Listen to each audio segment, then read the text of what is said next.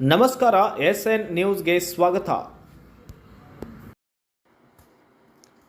ಬೆಳಗಾವಿ ಜಿಲ್ಲೆ ತಾಲೂಕಿನ ಕರಡಿಗುದ್ದಿ ಗ್ರಾಮದಲ್ಲಿ ತಾಲೂಕು ಪಂಚಾಯತ್ ಮಾಜಿ ಅಧ್ಯಕ್ಷ ಶಂಕರಗೌಡ ಪಾಟೀಲ್ ಅವರ ಕಡೆಯಿಂದ ಬೆಳಗಾವಿ ಬಾಗಲಕೋಟೆ ರಸ್ತೆಯ ಮೇಲೆ ಕುಳಿತುಕೊಂಡು ಮಹಿಳೆಯರು, ಯುವಕರು, ಗ್ರಾಮಸ್ಥರು ಸೇರಿಕೊಂಡು ರಸ್ತೆ ತಡೆಯನ್ನ ಮಾಡಿದ್ದು, ಇನ್ನು ಬೆಳಗಾವಿಯ ಸಂಜಯ್ ಪಾಟೀಲ್ ಮಾಜಿ ಶಾಸಕರಾದ ಬಿಜೆಪಿ ಸಭೆಯಲ್ಲಿ ನಿನ್ನೆ ಮಹಿಳೆಯರ ಬಗ್ಗೆ ಹಗುರವಾಗಿ ಮಾತನಾಡಿದ ಪಾಟೀಲ್ ಸಂಜಯ್ ಈತನು ನೀಚ ಮತ್ತು 3 ಹೆಣ್ಣು ಮಕ್ಕಳನ್ನ ಮದುವೆಯಾದ ಸಂಜಯ್ ಪಾಟೀಲ್ ಈತನು ಆ ಕಡೆ ಈ ಕಡೆ ಹಣಿಕೆ ಹಾಕಿ ನೋಡಿದ್ದಕ್ಕೆ ಆತನ ಧರ್ಮಪತ್ನಿ ವಿಷ ತೆಗೆದುಕೊಂಡಳು ಅಂತ ಶಂಕರಗೌಡ ಪಾಟೀಲ್ ಹೇಳಿದ್ದಾರೆ. ಸಂಜಯ್ ಪಾಟೀಲ್ ಮಹಿಳೆಯರ ಬಗ್ಗೆ ಹಗುರವಾಗಿ ಮಾತನಾಡಿದ್ದಕ್ಕೆ ಕ್ಷಮೆಯಾಚನೆ ಕೇಳಬೇಕು ಮತ್ತು ಪಕ್ಷದಿಂದ ಉಚ್ಚಾಟನೆಯನ್ನ ಬಿಜೆಪಿಯವರು ಇವನನ್ನ ಮಾಡಲೇಬೇಕು. ಎಲ್ಲರೂ ಹೂವಿನ ಹಾರದಿಂದ ಸನ್ಮಾನಿಸಲಾಗುತ್ತದೆ, ಆದರೆ ಸಂಜೀವ್ ಪಾಟೀಲ್ ಅವರನ್ನ ಮಹಿಳೆಯರ ಕಡೆಯಿಂದ ಚಪ್ಪಲಿಗೆ ಹಾರವನ್ನು ಹಾಕಿ ಈತನನ್ನು ಸನ್ಮಾನಿಸಲಾಗುತ್ತದೆ. ಬಿಜೆಪಿಯ ರಾಜ್ಯಾಧ್ಯಕ್ಷ ವಿಜಯೇಂದ್ರ ಅವರಿಗೆ ನೀವು ಮಾತು ಎತ್ತಿದರೆ ರಾಮನ ಬಗ್ಗೆ ಹೇಳುತ್ತೀರಿ, ಆದರೆ ನಿಮ್ಮ ಪಕ್ಷದಲ್ಲಿ ರಾವಣನ ಇಟ್ಟುಕೊಂಡಿದ್ದೀರಿ ಎಂದು ತಿಳಿದಿದ್ದಾರೆ. ಇನ್ನು ರಮೇಶ್ ಜಾರಕಿಹೊಳಿ ಗ್ರಾಮೀಣ ಕ್ಷೇತ್ರಕ್ಕೆ ಬಂದಿದ್ದಕ್ಕೆ ಲಕ್ಷ್ಮೀ ಹೆಬ್ಬಾಳ್ಕರ್ ಅವರಿಗೆ ಸಂಜಯ್ ಪಾಟೀಲ್ ಅವರು ಲಕ್ಷ್ಮೀ ಹೆಬ್ಬಾಳ್ಕರ್ ಅವರು 1 ಪೆಗ್ ಮತ್ತು 2 ಪೆಗ್ ಕುಡಿದಾಗ ನಿದ್ದೆ ಹತ್ತುತ್ತದೆ ಎಂದು ಸಂಜಯ್ ಪಾಟೀಲ್ ಬಾಲಿಶತನದ ಹೇಳಿಕೆಗೆ ಅದರವಾಗಿ ಮಾತನಾಡಿದ್ದಾರೆ ಎಂದು ಕರಡಿಗುದ್ದಿಯ ಶಂಕರಗೌಡ ಪಾಟೀಲ್ ಲಕ್ಷ್ಮಿ ಮತ್ತು ಮಹಿಳೆಯರ ಬಗ್ಗೆ ಮಾತನಾಡಿದ್ದಕ್ಕೆ ಆಕ್ರೋಶ ಭರಿತರಾದರು ಮತ್ತೆ ರಸ್ತೆ ತಡೆಯನ್ನ ಮಾಡಿದ್ದಾರೆ.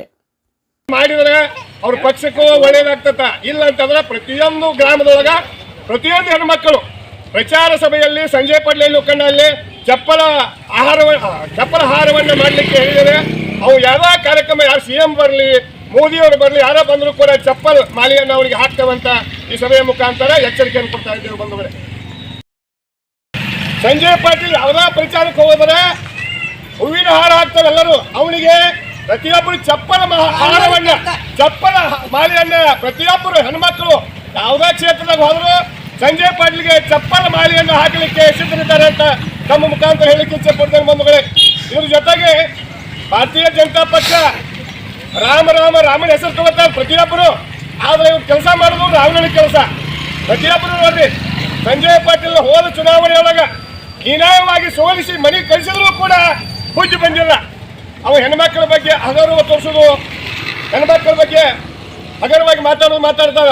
ದಯಮಾಡಿ ಮಾಧ್ಯಮದವರಿಗೆ ವಿನಂತಿ ಮಾಡ್ಕೊಳ್ತೇನೆ, ಸಂಜಯ್ ಪಾಟೀಲ್ ಯಾರು, ಅವನ ಕೆಲಸ ಏನ? ಕೊಲ್ಲಾಪುರದವ್ 2 ಸಲ ಇಲ್ಲಿ ನಮ್ಮ ಬೆಳಗಾವಿ ಗ್ರಾಮೀಣ ಕ್ಷೇತ್ರ ಶಾಸಕರಾಗಿ ಮಾಡಿದ್ರೆ ನಾಚಿ ಬರ್ಬೇಕು. ಅವ್ರು ಸಂಜೆಯಾಗ ಏನಪ್ಪಾ ಅಂತಂದ್ರೆ ಹೆಣ್ಮಕ್ಳಿಗೆ ಹಗರವಾಗಿ ಮಾತಾಡಿದ್ರ ಅವನ ಕುಟುಂಬದ ವಿಚಾರ ನೋಡ್ಕೊಳ್ಳ. ಅವು 2-3 ಮದುವೆಯನ್ನು ಮಾಡಿಕೊಂಡಿದ್ದಾರೆ.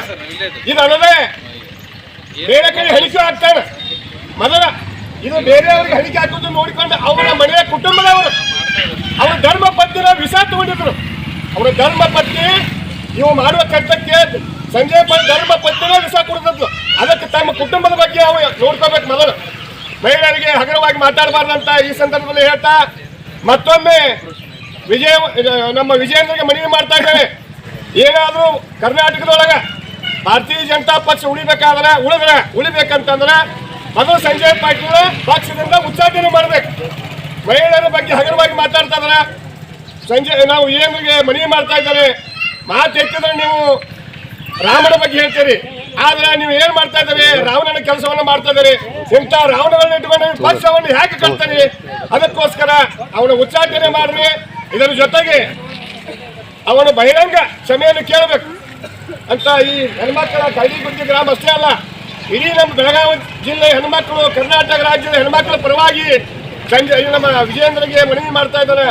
ಒಂದು ವೇಳೆ ಮನವಿ ಮಾಡಲಿಲ್ಲ, ನೀವು ಒಪ್ಕೊಳ್ಳಿಲ್ಲ ಅಂತಂದ್ರೆ ಮುಂಬರುವಂತ ಎಲ್ಲ ಈ ಭಾರತೀಯ ಜನತಾ ಪಕ್ಷದ ಏನು ಪ್ರಚಾರಗಳು ನಾವು ಇಡೀ ನಮ್ಮ ಬೆಳಗಾವಿ ಜಿಲ್ಲೆಯಲ್ಲಿ ಅವನಿಗೆ ಚಪ್ಪಲ ಹಾರವನ್ನು ಹಾಕಿ ಹೆಣ್ಮಕ್ಕಳಿಂದ ಸ್ವಾಗತವನ್ನು ಮಾಡುವುದನ್ನ ಇಡೀ ನಮ್ಮ ಬೆಳಗಾವಿ ಜಿಲ್ಲೆ ಹೆಣ್ಮಕ್ಳು ತಯಾರಾಗಿದ್ದಾರೆ ಅಂತ ಈ ಸಂದರ್ಭದಲ್ಲಿ ಹೇಳಿ ನಾವು ಪೊಲೀಸರಿಗೂ ವಿನಂತಿ ಮಾಡಿಕೊಳ್ತಾ ಇದ್ದೇವೆ.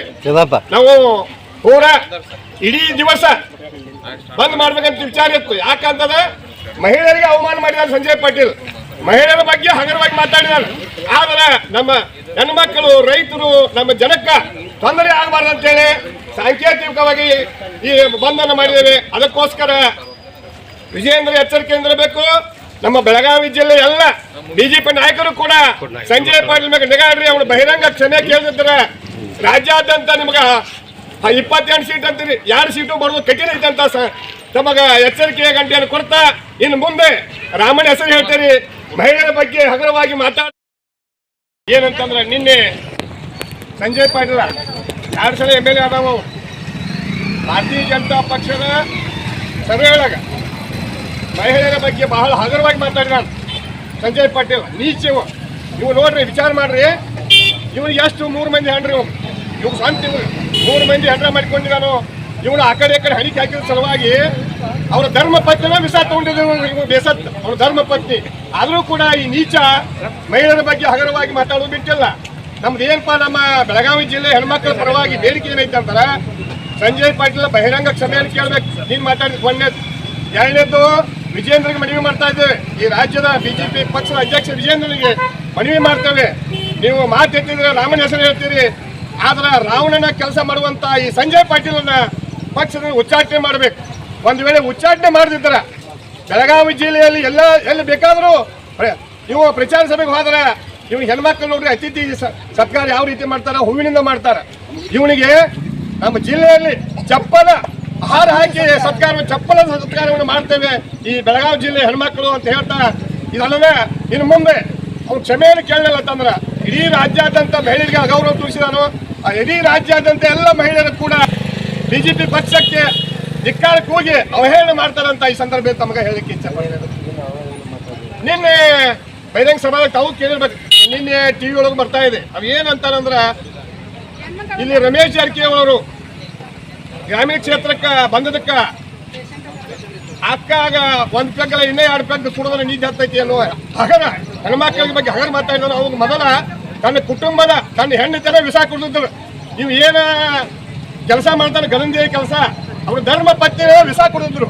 ಅದಕ್ಕೆ ಮೊದಲ ತಮ್ಮ ಪತ್ನಿಯನ್ನು ಸಂಭಾಳಿಸಲಿಕ್ಕೆ ಸಂಜಯ್ ಪಾಟೀಲ್ರಿಗೆ ಬುದ್ಧಿ ಹೇಳಲಿಕ್ಕೆ ಬಿಜೆಪಿ ಹೇಳ್ಬೇಕಂತ ಈ ಸಂದರ್ಭ ತಮಗೆ ಹೇಳಲಿಕ್ಕೆ ಇಚ್ಛೆ ಪಡ್ತಾ ಅವ್ನು ಉಚ್ಚಾಟನೆ ಮಾಡ್ಬೇಕು. ಇಲ್ಲ ಅಂತಂದ್ರೆ 24 ತಾಸೊಳಗ ಬಹಿರಂಗ ಕ್ಷಮೆ ಕೇಳ್ಬೇಕು ಹೆಣ್ಮಕ್ಳಿಗೆ ಹಿಂಗೆ ಮಾತಾಡಿದೆ ಅಂತೇಳಿ. ಇಲ್ಲಾಂದ್ರೆ ಅವ್ನು ಚಪ್ಪಲಿ ಆಹಾರ ಹಾಕ್ಲಿಕ್ಕೆ ಇಡೀ ನಮ್ಮ ಜಿಲ್ಲೆಯ ಹೆಣ್ಮಕ್ಳು ತಯಾರದಾರ ಅಂತ ಈ ಸಂದರ್ಭದಲ್ಲಿ ಹೇಳಲಿಕ್ಕೆ ಇಚ್ಛೆ ಪಡ್ತೇನೆ.